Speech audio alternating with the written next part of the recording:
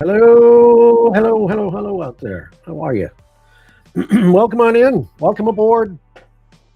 Have a seat, pull up a chair, grab your favorite non alcoholic drink. Sit down, have a chit chat. We're going to talk about recovery, addiction, how not to addict. I guess that makes sense. How not to do it. So stick around, and we'll be here for a little while this evening. It is evening here on the East Coast. It's 8:43 East Coast time. And let's see, where are we here? So welcome aboard. Nice to have you. All right. Feel free to say hi in the chat. Feel free to stop in and stick around for a little bit. We'll talk about anything you want to talk about, as long as it's related to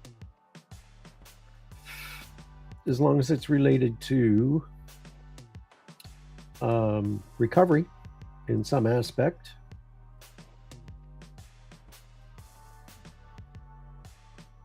Okay.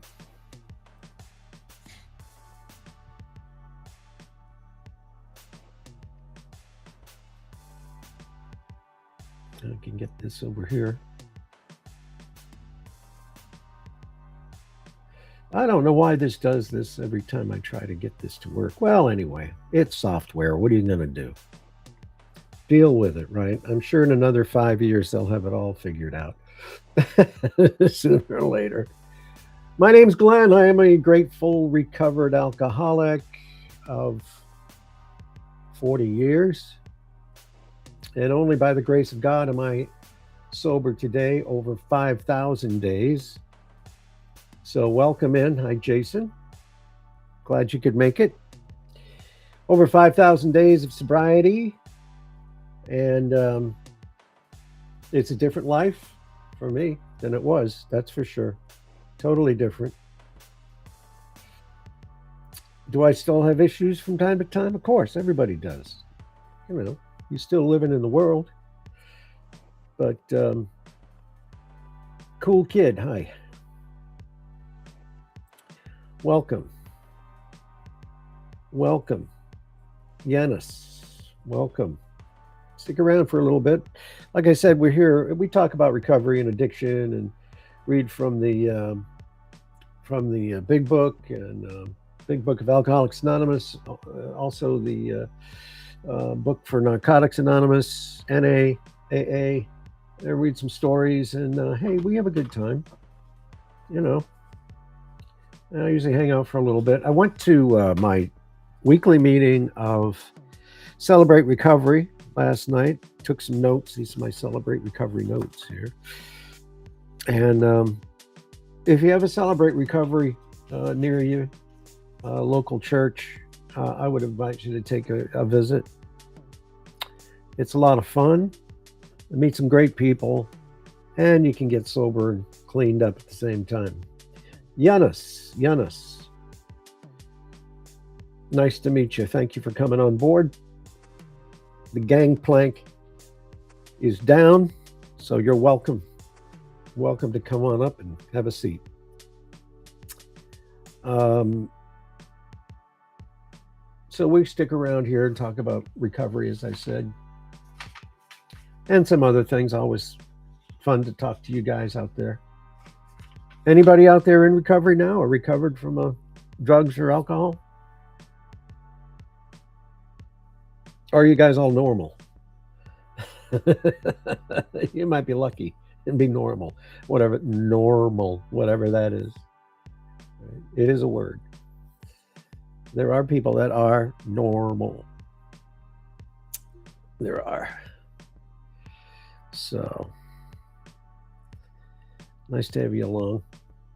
What else is cooking?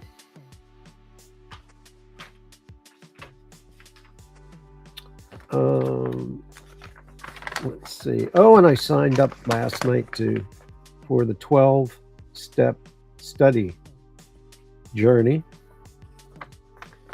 I did the 12 steps when I was getting sober through AA, but this is a little different. It's through the Celebrate Recovery, and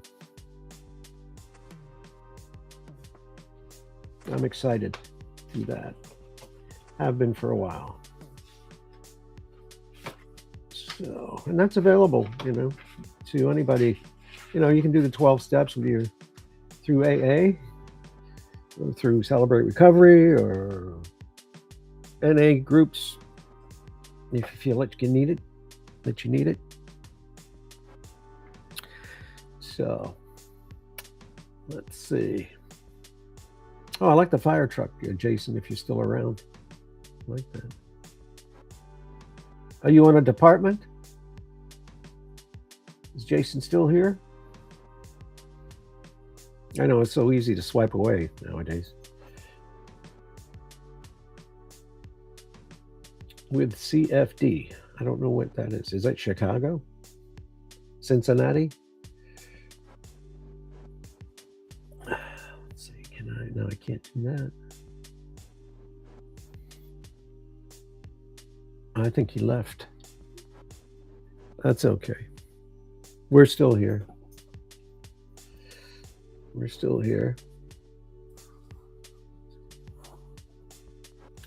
So anyhow, let's see. The last time I was on live was Monday night, and we did some reading from the Big Book of AA, and we'll probably do a little bit of that right now too, if you like. We can do that. We're all the way up to chapter 4. We agnostics. What is an agnostic? What's the definition? Agnostic. Without knowledge, right? Without knowledge. I don't know my Greek or my Latin, but I do know Google.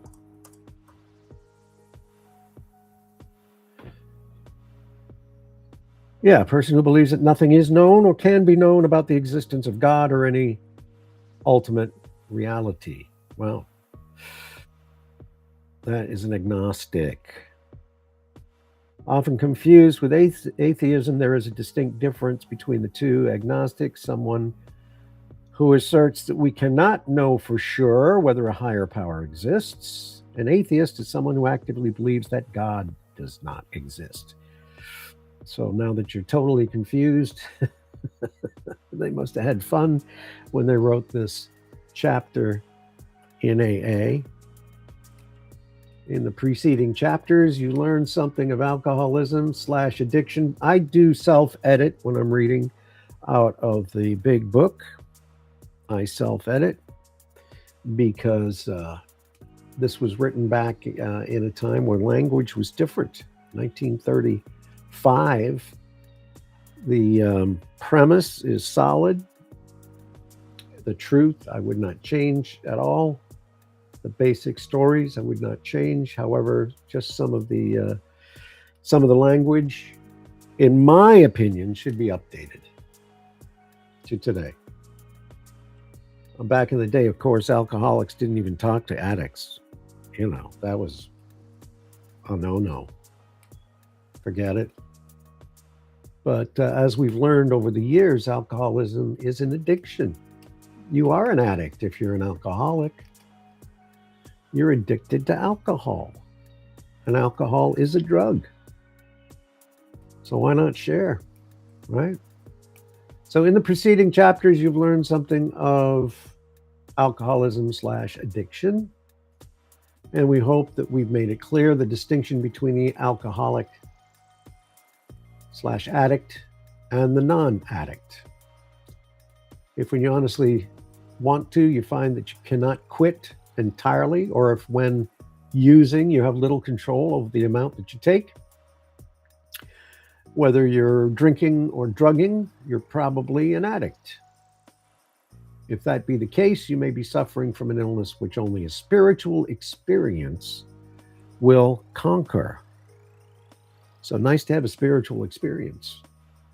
I had a spiritual experience, a dramatic spiritual experience, which is hard to describe other than the fact that God spoke to me and said, "Don't drink anymore.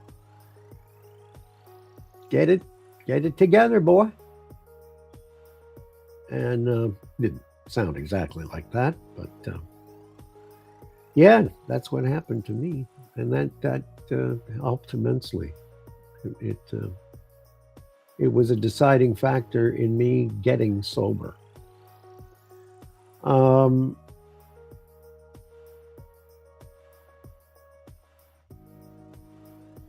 so you may be suffering from an illness which only a spiritual experience will conquer. To one who feels he is an atheist or agnostic, by the way, this is chapter 4, We Agnostics, out of the big book of Alcoholics Anonymous. To one who feels he is an atheist or agnostic, such an experience seems impossible. But to continue as he is means disaster, especially if he's an alcoholic/addict of the hopeless variety. I've known them, the hopeless variety. I have known them to be doomed to an addict's death or to live on a spiritual basis. Not always easy alternatives to face, especially if you're deep in your addiction.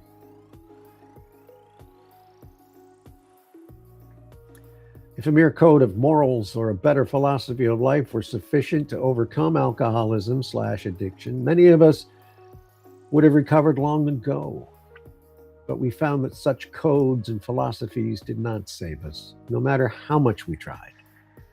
We could wish to be moral, we could wish to be philosophically comforted. In fact, we could will these things with all our might, but the needed power wasn't there. Our human resources, as marshaled by the will, were not sufficient. They failed utterly. Utterly. Not utter as in cow, but utterly. They failed. Lack of power. That was our dilemma. We had to find a power by which we could live, and it had to be a power greater than ourselves. Obviously. But where and how were we to find this power?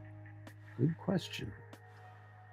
Well, that's exactly what this book, talking about the big book of AA, is all about.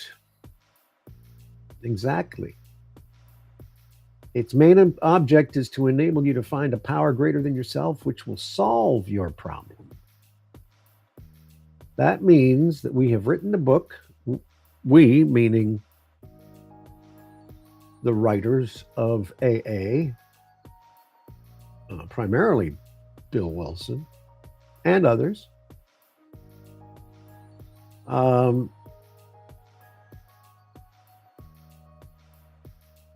They wrote it, and they believe it to be spiritual as well as moral. Moral, like moral compass. And it means, of course, that we're going to talk about God. So here difficulty arises with agnostics. Many times we talk to a new person and watch their hope rise as we discuss their alcoholic, their addictive problems, and explain our fellowship. But their face falls when we speak of spiritual matters, especially when we mention God, for we have reopened a subject which which they thought they had neatly evaded or entirely ignored. Okay, well, you better get used to it. Okay?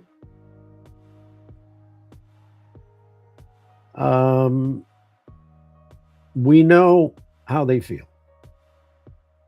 We've shared their honest doubt and prejudice.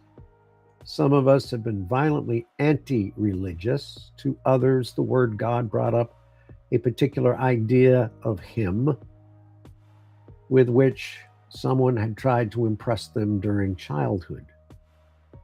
And perhaps they rejected this particular conception because it seemed inadequate. With that rejection, we imagine that we abandoned the God idea entirely. We were bothered with the thought that faith and dependence upon a power beyond ourselves was somewhat weak, even cowardly.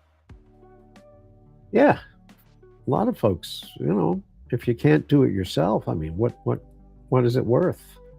You should be able to lick this problem yourself, right? No, not right. We looked upon this world of warring individuals, warring theological systems, and inexplicable calamity with deep skepticism. We looked askance at many individuals who claimed to be godly. That's a word you don't hear very often, askance. That's one of those 1935-ish words. How could a supreme being have anything to do with it at all? And who could comprehend a supreme being anyhow? Yet in other moments, we found ourselves thinking, who then made all of this? There was a feeling of awe and wonder when you looked at the night sky, but it was fleeting and soon lost. Yes, we of agnostic temperament have had these thoughts and experiences. Let us make haste to reassure you. We found that as soon as we were able to lay aside prejudice and express even a willingness to believe in a power greater than ourselves, we commenced to get results, even though it was impossible for any of us to fully define or comprehend that power, which is God. Now, they say today in AA, in any of the, or many, I should say, many of the recovery programs, that you choose your higher power, whether that is a sponsor, a friend, a spirit, whether it's defined as God, or any other name that you care to give it, your higher power, that's fine. The main thing is to believe in a power greater than yourself. That is the name of the game.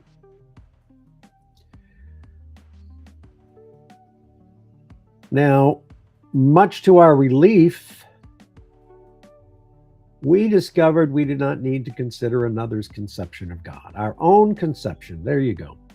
Whatever your conception is, however inadequate, was sufficient to make the approach and to effect contact with Him. As soon as we admitted the possible existence of a creative intelligence.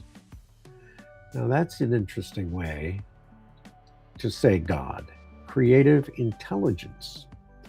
A spirit of the universe underlying the totality of things. We begin to be possessed of a new sense of power and direction, provided that we took other simple steps. We found that God does not make too hard terms with those who seek Him. To us, the realm of spirit is broad, roomy, all-inclusive, never exclusive or forbidding to those who earnestly seek. It is open, we believe, to all. And I agree. Amen to that. It's open. If you want it, it's open.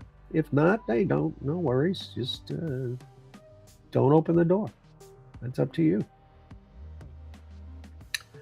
So, when therefore, here we go. When therefore we speak to you of God, we mean your own conception of God. This applies to other spiritual expressions. Find in the book, the big book of AA. Do not let any prejudice you may have against spiritual terms deter you from honestly asking yourself what they mean to you. Start, this is all we needed to commence spiritual growth, to effect our first conscious relation with God as we understood Him. As we understood Him, that's important. Afterwards, we found ourselves accepting many things which then seemed entirely out of reach. That is growth. But if we wish to grow, we had to begin somewhere. So we used our own conception, however limited it was. Whatever your conception of a higher power is, it's good to have one. We needed to ask ourselves but one short question. Do I now believe, or am I even willing to believe that there is a power greater than myself? As soon as a man can say that he does believe or is willing to believe, we emphatically assure him that he is on his way. He's been repeatedly proven among us that upon the simple cornerstone of wonderfully effective spiritual structure can be built. That was great news to us, for we had assumed we could not make use of spiritual principles unless we accepted many things on faith, which seemed difficult to believe. When people presented us with spiritual approaches, how frequently did we all say, I wish I had what that man has, or woman. I'm sure it would work if I could only believe as they believe. But I cannot accept as surely true the many articles of faith which are so plain to them. So it was comforting to learn that we could commence at a simpler level. So we can start, if you have a problem believing, start simple. That's all it's saying. Start simple. It doesn't matter how you get there, just get there.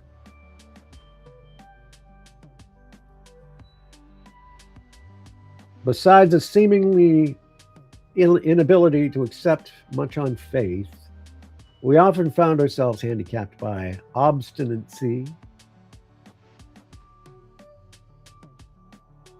I would just say that's stubbornness, sensitiveness, and unreasoning prejudice. Many of us have been so touchy that even casual reference to spiritual things made us bristle. Antagonism. This sort of thinking had to be abandoned. Though some of us resisted, we found no great difficulty in casting aside such feelings. Faced with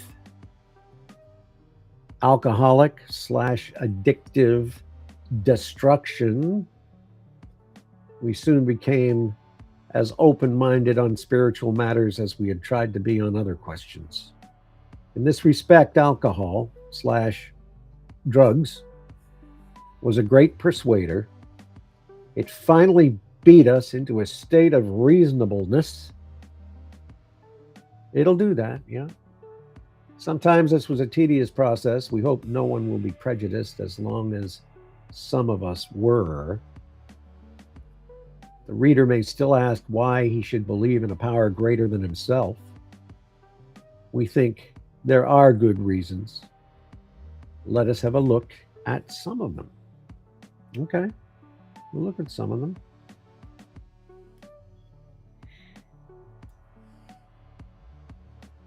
Hello,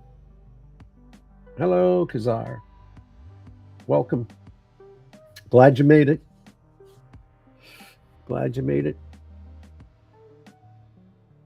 So, to continue along with We Agnostics from the big book. Oh, sorry about that. The big book of AA. The reader may still ask why he should believe in a power greater than himself. We think there are good reasons. Let us have a look at some of them. The practical individual of today is a stickler for facts and results. That sentence has never changed. That's true. Practical individual of today is a stickler for facts and results. Nevertheless, the 20th century, and now the 21st century, readily accepts theories of all kinds, provided they're firmly grounded in fact. We have numerous theories, for example, about electricity. Everybody believes them without a murmur of doubt. I mean, why this ready acceptance? Well, simply because it's impossible to explain what we see, feel, direct, and use without a reasonable assumption as a starting point. Everybody nowadays believes in scores of assumptions for which there is good evidence, but no perfect visual proof. Scores. How long is a score? Scores of evidence. Is that 20? How much is a score? 20. I was right. How about that? Good guess. Good guess. I didn't think I was that old. Four score? No, not four score. Not yet. So, scores of assumptions for which there is no good evidence, but no perfect visual proof. And does not science demonstrate that visual proof is the weakest proof? Mm-hmm. It is being constantly revealed as mankind studies the material world that our outward appearances are not inward reality at all. To illustrate, the prosaic steel girder is a mass of electrons whirling around each other at incredible speed. These tiny bodies are governed by precise laws, and these laws hold true throughout the material world. Science tells us so. We have no reason to doubt it. When, however, the perfectly logical assumption is suggested that underneath the material world and life as we see it, there is an all-powerful, guiding, creative intelligence, right there, our perverse streak comes to the surface, and we laboriously set out to convince ourselves it isn't so. We read worldly, wordy books and indulge in windy arguments, thinking that we believe this universe needs no God to explain it. Were our contentions true, it would follow that life originated out of nothing, means nothing, and proceeds nowhere. Instead of regarding ourselves as intelligent agents, spearheads of God's ever advancing creation, we agnostics, and that's the big book speaking about agnostics, and atheists, chose to believe that our human intelligence was the last word, the Alpha and the Omega, the beginning and the end of all. Rather vain of us, wasn't it? A lot of people are still vain today in the 21st century. About the same thing.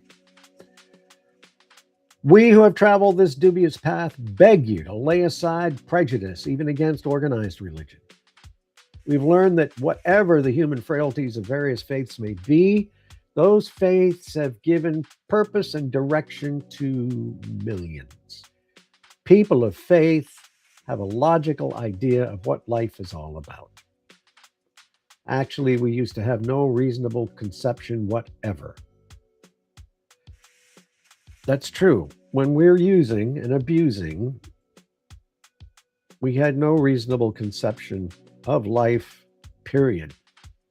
We used to amuse ourselves by cynically dissecting spiritual beliefs and practices when we might have observed that many spiritually minded people of all races, colors, and creeds were demonstrating a degree of stability, happiness, and usefulness which we should have sought ourselves.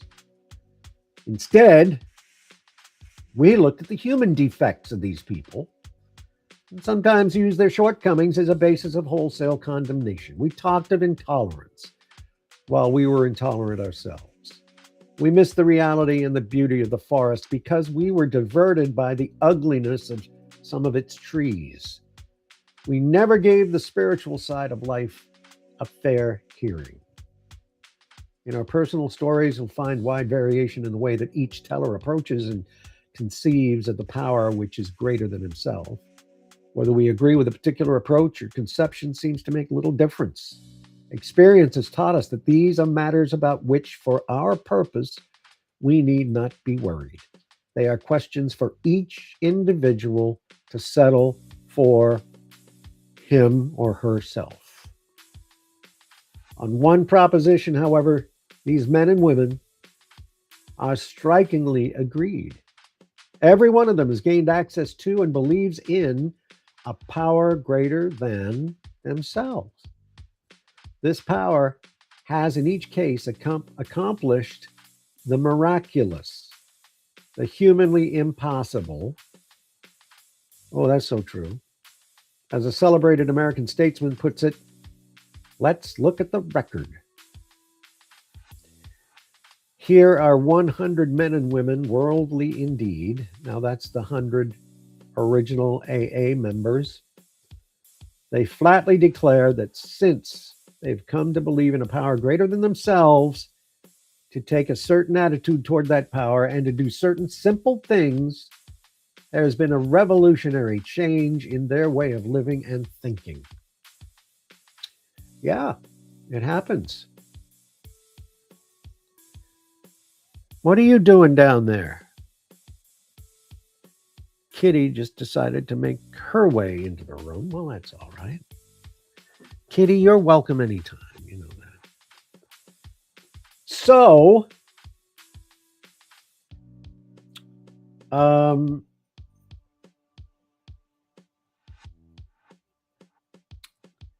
do simple things, yes.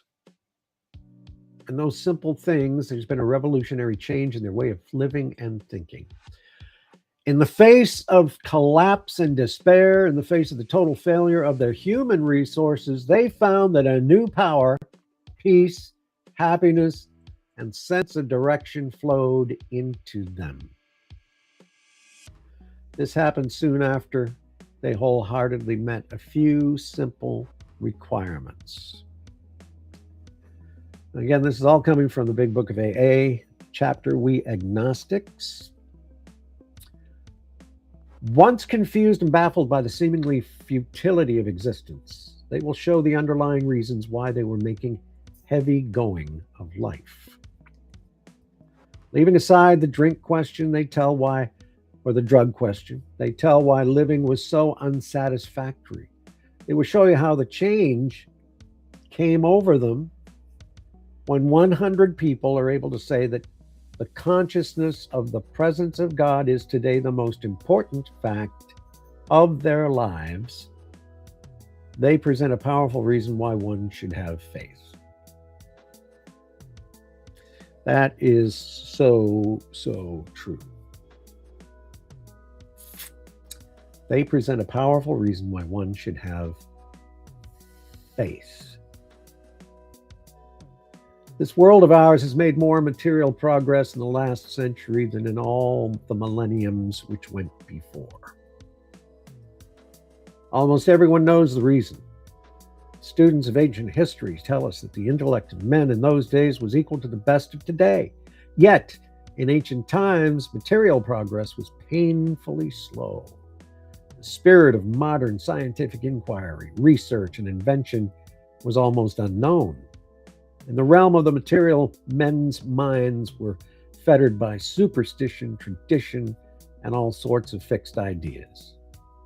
The contemporaries of Columbus thought a round earth ridiculous. Others like them came near putting Galileo to death. Yeah, for his astronomical heresies. We asked ourselves this: are not some of us just as biased and unreasonable about the realm of the spirit as we were the ancients about the realm of the material? Good question. Even in the present century, American newspapers, and don't say what's a newspaper, please. American newspapers were afraid to print an account of the Wright brothers in their first successful flight at Kitty Hawk. Had not all efforts at flight failed before? Did not Professor Langley's absurd flying machine go to the bottom of the Potomac River? Don't know that story, but it sounds interesting. Was it not true that the best mathematical minds had proved man could never fly? Had not people said God had reserved this privilege to the birds? Yeah. Only 30 years later, the conquest of the air was almost an old story, and airplane travel was in full swing. But in most fields, our generation has witnessed complete liberation of our thinking. Show any longshoreman a Sunday supplement describing a proposal to explore the moon by means of a rocket, and he will say, I bet they do it. Maybe not so long either. Is not our age characterized by the ease with which we discard old ideas for new? By the complete readiness with which we throw away the theory of gadget which does not work for something new that does? Yeah. Then what do we talk about today? Well, we've already gone to the moon. We're going back. That's nice. That's like going to 7-Eleven down the street. We want to go to the Costco, which is a crosstown. That would be Mars. That's where we want to go next. And here we are. We had to ask ourselves why we shouldn't apply to our human problems the same readiness to change the point of view. We were having trouble with personal relationships. We couldn't control our emotional natures. We were a prey to misery and depression, couldn't make a living. We had a feeling of uselessness. We were full of fear. We were unhappy. We couldn't seem to be a real help to other people. Was not a basic solution of these bedevilments more important than whether we should see newsreels of lunar flight? Well, of course it was. When we saw others solve their problems by simple reliance upon the spirit of this universe, we had to stop doubting the power of God. Our ideas did not work, but the God idea did. Think about that. The Wright brothers' almost childish faith that they could build a machine which would fly was the mainspring of their accomplishment. Without that, nothing could have happened. Agnostics and atheists were sticking to the idea that self-sufficiency would solve their problems, when others showed us that God's sufficiency worked with them. We began to feel like those who had insisted the Wrights would never fly. We were guilty. Logic is great stuff. We liked it. We still like it. It's not by chance that we were given the power to reason, to examine the evidence of our senses and to draw conclusions. That's one of man's magnificent attributes. We agnostically inclined would not feel satisfied with a proposal which does not lend itself to reasonable approach and interpretation. Hence, we are at pains to tell why we think our present faith is reasonable, why we think it more sane and logical to believe that than not to believe, why we say our former thinking was soft and mushy when we threw up our hands in doubt and said, we don't know. When we became alcoholics and addicts, crushed by a self-imposed crisis we could not postpone or evade, we had to fearlessly face the proposition that either God is everything or else he is nothing. God either is or he isn't. What was our choice to be? Arrived at this point, we were squarely confronted with the question of faith. We couldn't duck the issue.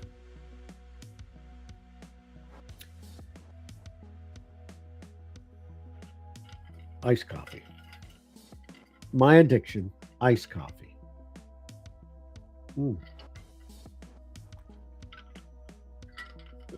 So good. Some of us had already walked far over the bridge of reason toward the desired shore of faith. The outlines and the promise of the new land had brought luster to tired eyes and fresh courage to flagging spirits. Friendly hands had stretched out in welcome. We were grateful that reason had brought us so far. But somehow we couldn't quite step ashore into that faith. Perhaps we had been leaning too heavily on reason that last mile, and we did not like to use, or rather, we did not like to lose our support. That was natural, but let us think a little more closely. Without knowing it, we'd not been brought to where we stood by a certain kind of faith. For did we not believe in our own reasoning? Did we not have confidence in our ability to think? What was that but a sort of faith? Yeah, we'd been faithful, abjectly faithful to the God of reason. So, in one way or another, we discovered that faith had been involved all the time. We found, too, that we had been worshipers. What a state of mental goose flesh that used to bring us on, or bring on. What a state of mental goose flesh that used to bring on. That's great. That's another 1935 word. I haven't heard that for a long, long time myself. Goose flesh. Goosebumps. That's what I used to hear. But anyway, that's neither here nor there. Had we not variously worshipped people, sentiment, things, money, and ourselves, and then with a better motive, had we not worshipfully beheld the sunset, the sea, or a flower? Who of us had not loved something or somebody? How much did these feelings, these loves, these worships have to do with pure reason? Little or nothing. We saw at last. Were not these things the tissue out of which our lives were constructed? Did not these feelings, after all, determine the course of our existence? It was impossible to say that we had no capacity for faith or love or worship. In one form or another, we had been living by faith and little else. Imagine life without faith. Were nothing left but pure reason, it wouldn't be life.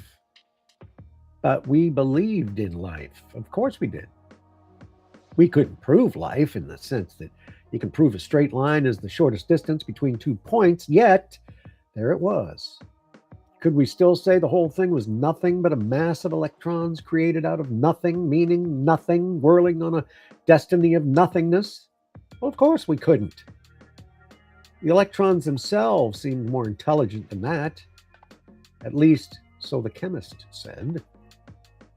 Hence, we saw that reason isn't everything.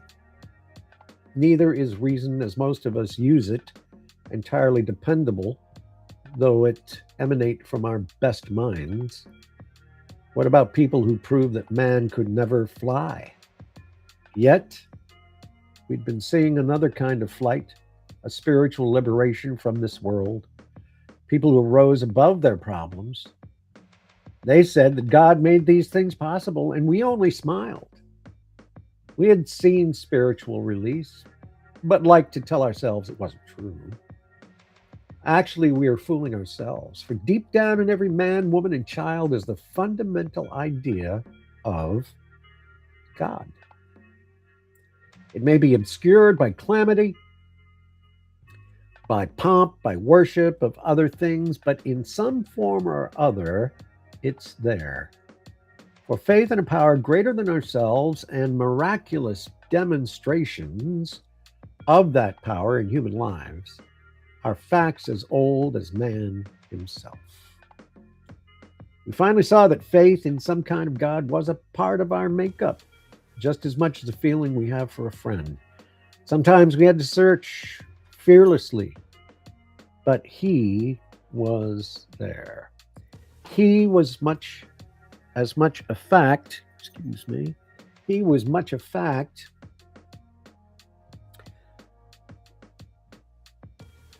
and I lost my place. Okay. Okay. Yeah. He was as much a fact as we were. We found the great reality deep down within us. In the last analysis, it's only there that he may be found. It was so with us. We can only clear the ground a bit if our testimony helps sweep away prejudice, enables you to think honestly, encourages you to search diligently within yourself. Then, if you wish, you can join us on the broad highway. With this attitude, you cannot fail. The consciousness of your belief is sure to come to you.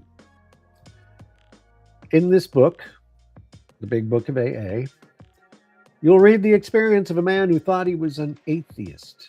His story is so interesting that some of it should be told now. His change of heart was dramatic, convincing, and moving.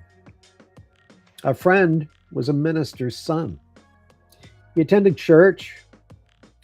He attended church school, where he became rebellious at what he thought was an overdose of religious education. For years thereafter, he was dogged by trouble and frustration, business failure, insanity, fatal illness, suicide. These calamities in his immediate family embittered and depressed him. Post-war disillusionment, rather, ever more serious alcoholism, addiction, impending mental and physical collapse brought him to the point of self-destruction. One night, when confined in a hospital, he was approached by an alcoholic addict who had known a spiritual experience.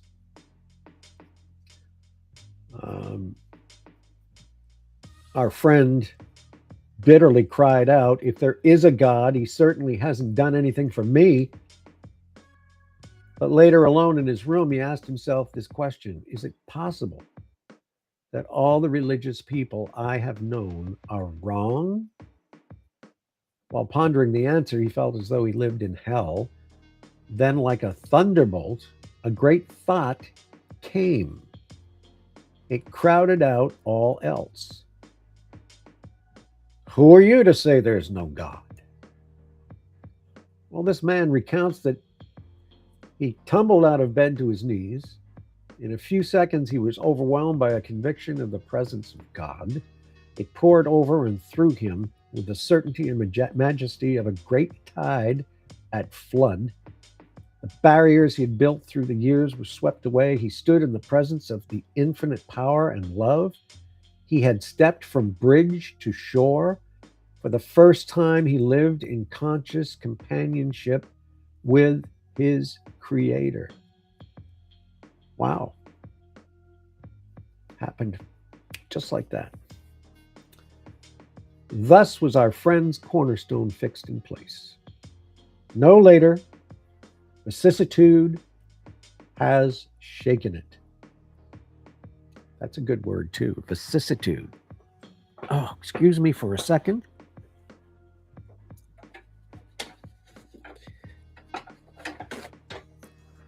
Pardon me. Thank you. That was quick. Yeah, like a thunderbolt, a great thought came and it crowded out all else. Who are you to say there is no God? Very interesting. Intense. Thus was our friend's cornerstone fixed in place. No later vicissitude has shaken it. His alcoholic problem was taken away. That very night, 3 years ago, it disappeared. Save for a few brief moments of temptation, the thought of drink has never returned, and at such times a great revulsion has risen up in him. Seemingly, he could not drink even if he would. God had restored his sanity. That's a spiritual experience right there. What is this but a miracle of healing? Yet its elements are simple. Circumstances made him willing to believe. So if you're willing, you're halfway there.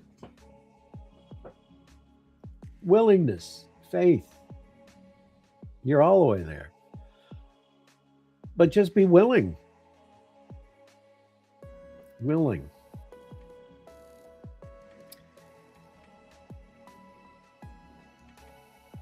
He humbly offered himself to his Maker, and he knew. Even so, as God restored us all to our right minds, to this man the revelation was sudden.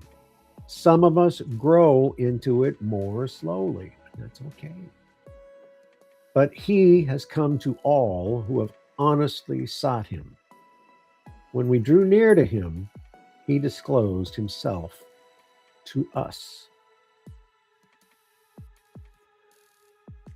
That concludes chapter 4, the big book of Alcoholics Anonymous.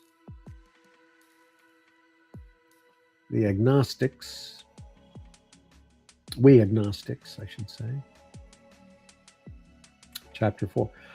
Yeah, I believe that's what it's all about. I believe that is exactly what it's all about. Hi, Melly.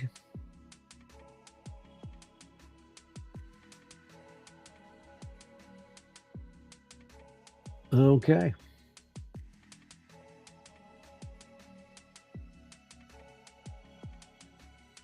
How it works. That's a great chapter, how it works. Because that's a chapter with the 12 steps. And it's well worth the visit. How it works. And we'll cover that chapter next time, for sure. I do want to read one of the chapters out of Living Sober.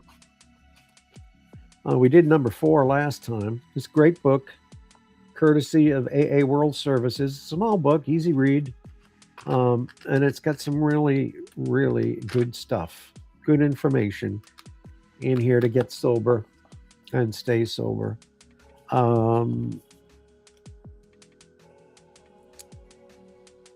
Chapter 5 is Live and Let Live. Used to see that a lot on folks that were driving around with a little sticker on their car, Live and Let Live. Let you know that they were in AA or one of the recovery programs that follows the AA way, if you will. The old saying, live and let live, seems so commonplace. It's easy to overlook its value. Of course, one reason it's been said over and over for years is that it's proved beneficial in so many ways. Now, keep in mind, again, this is written for the AA group, but the information contained is good for any recovery group. Doesn't matter. AA, NA, Celebrate Recovery, doesn't matter. We AAs or NAs or fill in the blank make some special uses of it to help us not use, abuse, drink, whatever. It particularly helps us cope with people who get on our nerves. Ever had that happen? People who get on your nerves? Absolutely. Reviewing once more a little of our using histories, many of us can see how very, very often our addiction problem appeared to be related somehow to other people. Experimenting with different drinks, beer, wine, in our teenage years seemed natural. Could have been marijuana or any other trite type of drug that you experimented with when you were young. Experimenting in our teenage years seemed natural. So many others were doing it, and we wanted their approval. There you go. Isn't that a shame that happens when you're young? Peer pressure and all that. Then came weddings and bar mitzvahs and business lunches, and the list can go on. And all these circumstances, we drank at least partly because everybody else was, and it seemed to expect us to. Those of us who began to drink alone or to sneak a drink now and then often did so to keep some other person or people from knowing how much or how often we drank or used.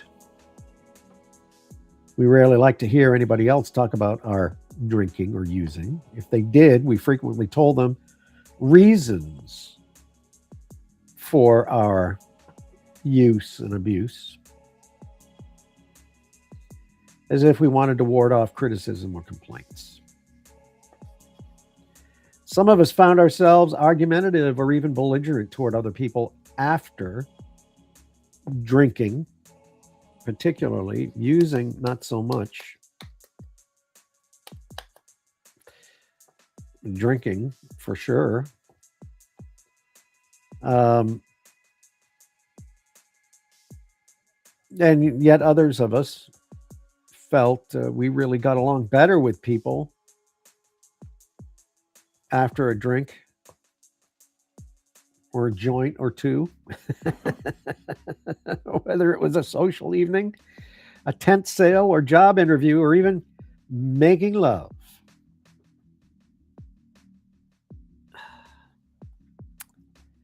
Oh, yeah. Our drinking, drugging, it caused so many of us to choose our friends according to how much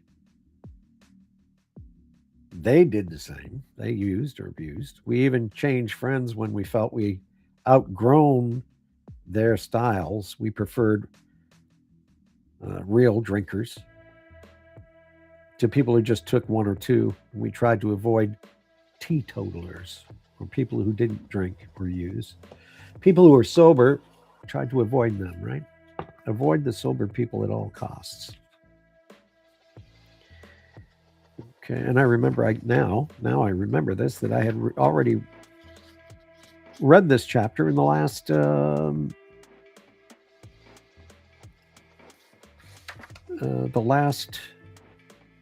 live session that I did. I'm pretty sure I did. It seems familiar. Many of us were guilty and angry about the way our family reacted to our drinking and drugging, and some of us lost jobs because a boss or colleague at work objected to our drinking or drugging. We wish people would mind their own business and leave us alone. Yep, I did read this one, the last live. So I'm going to move on to chapter 6. So, the bottom line is, look, with that particular chapter, live and let live.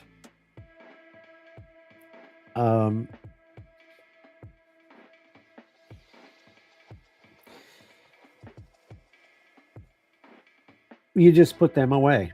Stay away from them. Don't get involved with them. And don't let them have an effect on you that's going to cause you to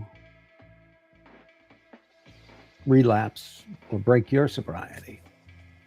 You don't have to let them have that effect. Okay? So live and let live. See you later. I got to leave. I got to go. Talk to you later. Bye-bye.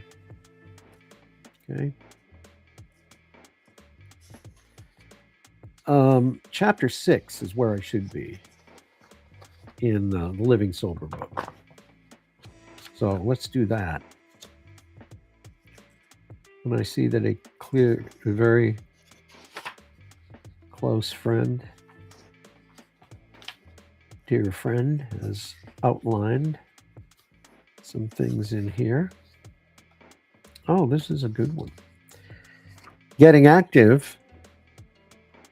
It's very hard to just sit still trying not to do a certain thing or not to even think about it. It's much easier to get active and do something else other than the act that we're trying to avoid. Oh, yeah. So it is with your addiction, whatever it is, drinking, drugging, whatever your addiction is. Simply trying to avoid or not think about it all by itself doesn't seem to be enough. The more we think about it, we're trying to keep away from, the more it occupies our minds. And that's no good. It's better to get busy with something, almost anything that'll use our mind and channel our energy toward health. Thousands of us wondered what we would do once we stopped our addiction, what would happen with all that time on our hands. Sure enough, when we did stop all those hours we had once spent planning, getting drug of choice, drinking or drugging, whatever, recovering from it, suddenly turned into big empty holes of time that had to be filled somehow. Most of us had jobs to do, but even so, there were some pretty long vacant stretches of minutes and hours. We needed new habits of activity to fill those open spaces and utilize the nervous energy previously absorbed by our preoccupation or our obsession with our addiction. Anyone who's ever tried to break a habit knows that substituting a new and different activity is easier than just stopping the old activity and putting nothing in its place. What do they say? God abhors a vacuum. It's got to be filled.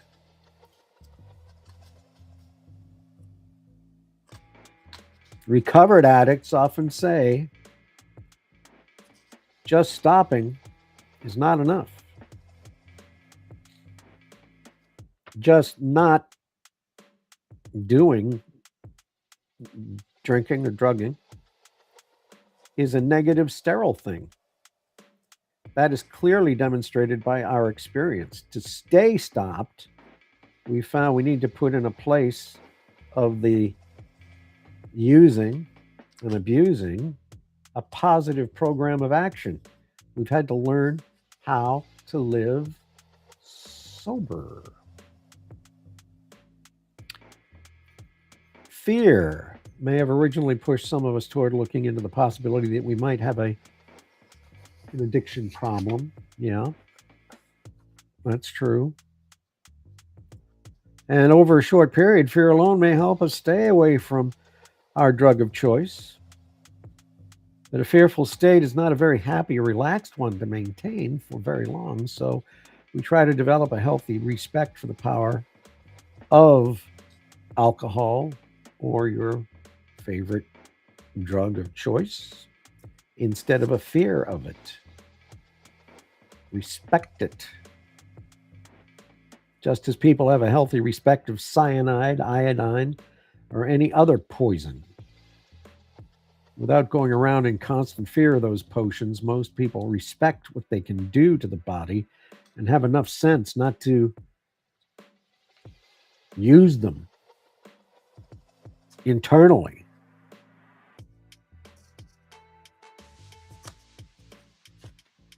We can't rely on fear to get us through those empty hours without using or abusing our favorite drug of choice. So, what can we do? We have found many kinds of activities useful and profitable, some more than others. Here are two kinds in the order of their effectiveness as we experienced it. And what I'm going to do is stop there and come back, God willing, tomorrow evening right around 8:30, and we'll continue our reads and our discussions.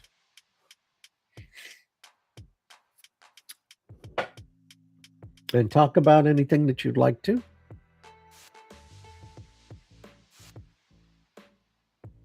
That's why we're here. Especially if you're in recovery or you're recovered from drugs or alcohol. Love to talk to you. You can, well, come on in anyway, even if you're not. Glad to have you along.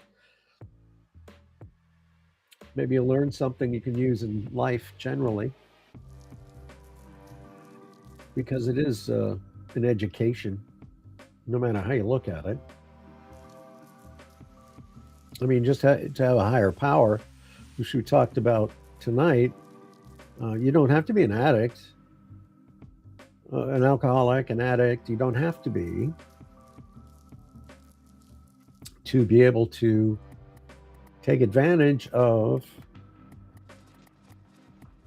your higher power, not take advantage of, but taking that higher power to help you in your daily life,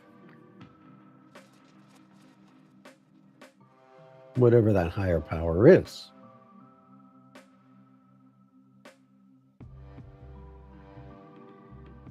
Infinite power and love. There you go. Infinite power and love.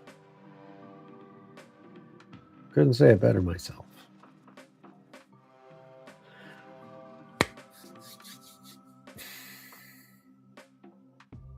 So, on that note, I think we'll wrap things up. And just been a little bit over an hour here. And it's been fun. Nice to meet you all. And hope to see you again next time around. Okay. Take care for now. My name is Glenn. And don't forget, trust God, clean house, help others. 3 pillars of sobriety, according to Bill W. and a million of others that have gotten sober and stayed sober. So do that. And God bless you. God bless our veterans. And remember, somebody out there loves you. And we'll see you next time.